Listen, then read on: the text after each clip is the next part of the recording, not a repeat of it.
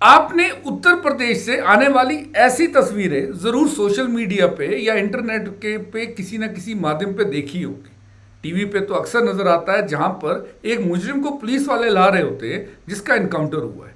Encounter कहना गलत होगा क्योंकि व्यक्ति जिंदा है, मुजरिम जिंदा है और उसके लात पे गोली लगी होती है। इसे हाफ एनकाउंटर कहते हैं और यूपी साइड में से ऑपरेशन लंगड़ा कहा जाता है। अगर हम आंकड़ों पर नजर घुमाएं तो यूपी में लगभग 15,000 से ऊपर एनकाउंटर हो चुके हैं 2017 के बाद। इसमें 243 क्रिमिनल्स मारे गए हैं और 10,000 के करीब जो क्रिमिनल्स हैं वो इंजर्ड हुए हैं।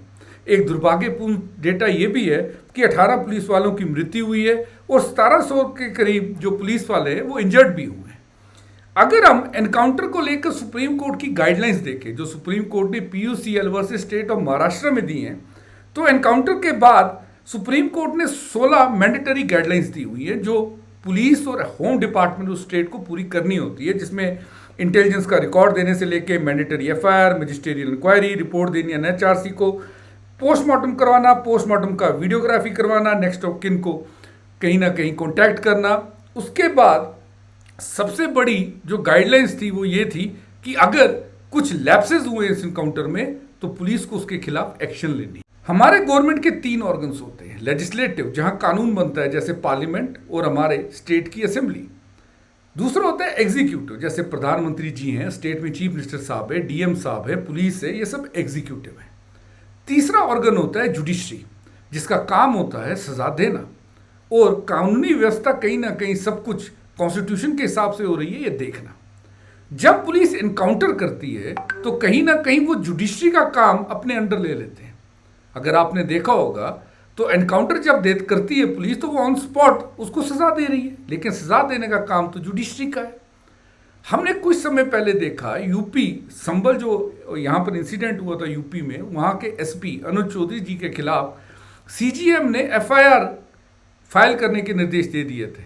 वो अलग बात है, बाद में CGM साहब की ट्रांसफर होगी और इशू किसी और डायरेक्शन में ही शिफ्ट हो गया। रिसेंटली इलाहाबाद हाई कोर्ट में इसी एनकाउंटर्स को लेकर एक केस किया और यहाँ पर इलाहाबाद हाई कोर्ट के केस सुन रहे थे जस्टिस अरुण कुमार सिंह देशवाल। इन्होंने कहा कि पुलिस वाले फार्म आर्म्स का यूज यानी गोली वगैरह का यूज करते हैं एक्यूज की ओर, सस्पेक्ट की ऊपर जस्ट टू गेट फेम या आउट ऑफ टर्न प्रमोशंस के लिए। उन्होंने कहा इसे बंद करना चाहिए। और क्या क्या कहा ये भी मैं आपको बताऊंगा। इससे पहले एक छोटी सी रिक्वेस्ट कर दूं आपको, यदि आपको मेरी वीडियोस अच्छी लग रही है तो आप नवदीप_पोलिटी ये मेरा टेलीग्राम का चैनल है, इसे ज्वाइन कर सकते हैं। जस्टिस अरुण कुमार सिंह देशवाल जी ने कहा एक केस सुनते हुए राजू इलियास राजकुमार वर्सेस स्टेट ऑफ यूपी।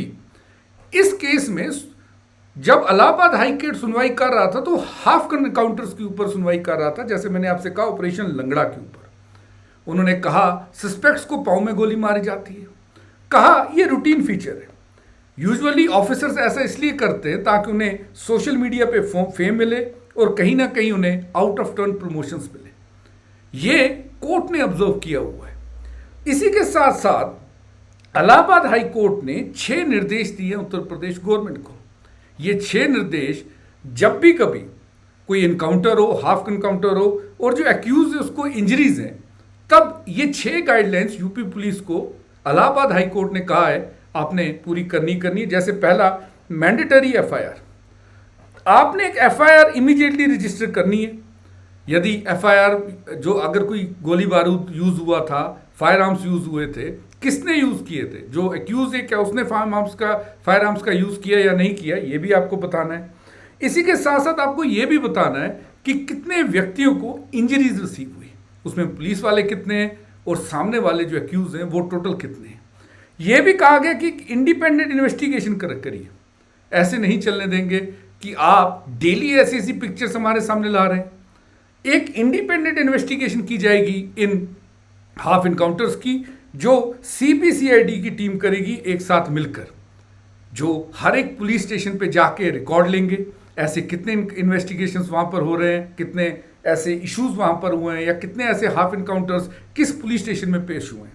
याद रखिएगा जब ये इन्वेस्टिगेशन हो रही होगी तो एक हाई लेवल का ऑफिसर, जितने ऑफिसर्स इन्वॉल्व थे इनकाउंटर से, उनके ऊपर लेवल का ऑफिसर इन्वॉल्व रहेगा इस इन्वेस्टिगेशन में कि ये फेयर था, जरूरत भी थी गोली चलाने की या नहीं थी। इसी के बाद बात चौथा जो डायरेक्शन दी गई है वो है मैजिस्ट्रेरियल स्टेटमेंट। जो इंजर्ड व्यक्ति है उसका मैजिस्ट्रेट के आगे बयान दिलाया जाएगा। इसी के साथ साथ एक मेडिकल ऑफिसर की रिपोर्ट भी मैजिस्ट्रेट को दी जाएगी।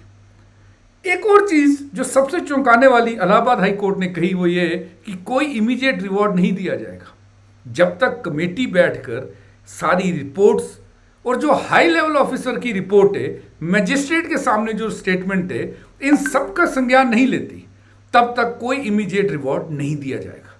ये इलाहाबाद हाई कोर्ट ने कहा। उसी के साथ उन्होंने ये भी कहा, एक वार्निंग इशू की एसपी, एसएसपी या कमिश्नर्स को कि अगर ये गाइडलाइंस का उल्लंघन हुआ या जो सुप्रीम कोर्ट ने PUCL versus state of Maharashtra में गाइडलाइंस दी हैं, अगर उनका उल्लंघन हुआ तो एक चीज याद रखिए, it would be treated as contempt. यानी जो पीयूसीएल की गाइडलाइंस है जो मैंने आपको एनकाउंटर की दिखाई थी, उसके बाद जो ये वाली 6 गाइडलाइंस हम दे रहे हैं, कोई भी हायर लेवल ऑफिसर जिसके अंतर्गत जितने पुलिस स्टेशन है, कहीं पर भी कोई ऐसा इशू होता है जहां पर इसकी आप धज्जियां उड़ाते हैं एक हिसाब से, इसे पूरा नहीं करते, गाइडलाइंस फॉलो नहीं करते, तो कंटेम्प्ट आपके ऊपर लगेगा। इसी के साथ साथ एक और चीज कही गई जुडिशियल ओवरसाइट की।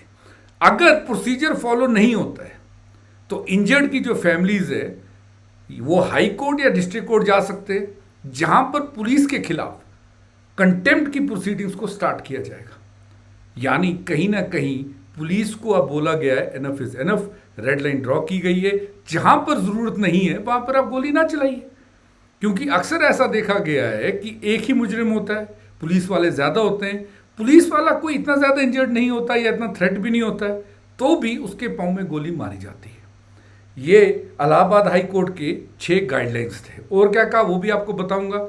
उससे पहले आपको बता दूं, यदि आप यूपीएससी की तैयारी कर रहे हैं तो अनअकैडमी आप अपनी जो सब्सक्रिप्शन है यूपीएससी की, आपको 60% ऑफ पे 17,999 रुपीज़ में दे रहा है। आज इसका लास्ट ऑफर है हमारी लोएस्ट प्राइस का।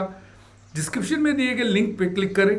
उसी के साथ साथ अगर आप अनअकैडमी रिवीजन टेस्ट सीरीज में एनरोल करना चाह रहे हैं, आप 2026 को एम कर रहे हैं और एक बेटर एक्सपर्ट्स द्वारा बनाई गई टेस्ट सीरीज देना चाहते हैं, अपनी तैयारी को टेस्ट करना चाह रहे हैं, उसका भी लिंक आपको डिस्क्रिप्शन में मिलेगा। एक और चीज आपको बता दूं, अनअकैडमी कंडक्ट कर रहा है all India prelims mock test. 31 जनवरी को ये मॉक टेस्ट है, सुबह 9:30 बजे और 2:30। आप ये मॉक टेस्ट दीजिए, एनरोल कीजिए और अपनी तैयारी को चेक करिए। इसी के साथ साथ इलाहाबाद हाई कोर्ट ने कुछ और चीजें भी ऑब्जर्व की। जैसे उन्होंने कहा कि एक सोशल मीडिया का फैक्टर तो है ही है। हमने यह देखा है कि पुलिस वाले अननेसेसरली फायरिंग करते हैं और ऐसी इमेजेस सामने आती है जहां पर पुलिस वाले लंगड़ा करके इंसान को चला रहे हैं, एक्यूज को चला रहे हैं। उनका साफ साफ कहना है कि यह सोशल मीडिया फेम के लिए है। ऐसे एक्यूज को आप ये तो कह रहे हैं कि जितने भी एक्यूज्ड है उनको कहीं ना कहीं एक लेसन हम पढ़ा रहे हैं, लेकिन this is a grave incident. ये सोशल मीडिया फेम के लिए हो रहा है। उन्होंने एक और बात की है प्रोपोर्शनैलिटी की। उन्होंने ऐसा कहा कि ऐसा क्यों नहीं कभी होता कि पुलिस वाला इंजर्ड नहीं है, एक व्यक्ति है, पुलिस वाले ज्यादा है, आसानी से उसे ओवरपावर कर रहे हैं, फिर फायर करने की जरूरत क्या है। प्रोपोर्शनैलिटी को भी क्वेश्चन किया गया है। इवन यूपी में कुछ ऐसे केसेस भी हुए हैं जहां पे जो व्यक्ति था उसने केवल एक मामूली सी चोरी की है और उसके साथ भी एनकाउंटर किया गया। इलाहाबाद हाई कोर्ट ने यूपी के top brass DGP Rajeev Krishna ji, additional secretary home Sanjay Prasad को भी समन किया। वीडियो कॉन्फ्रेंसिंग के जरिए वो हाजिर भी हुए। उनसे डायरेक्शंस के बारे में बताया गया कि ये 6 गाइडलाइंस आपको दे रहे हैं, एनफोर्स करना आपका काम है। आपका इस विषय में क्या कहना है मेरे को जरूर बताइएगा। और यदि आपको मेरी वीडियोस अच्छी लग रही हैं तो हमारे चैनल को सब्सक्राइब कर लीजिएगा। Let's crack it guys.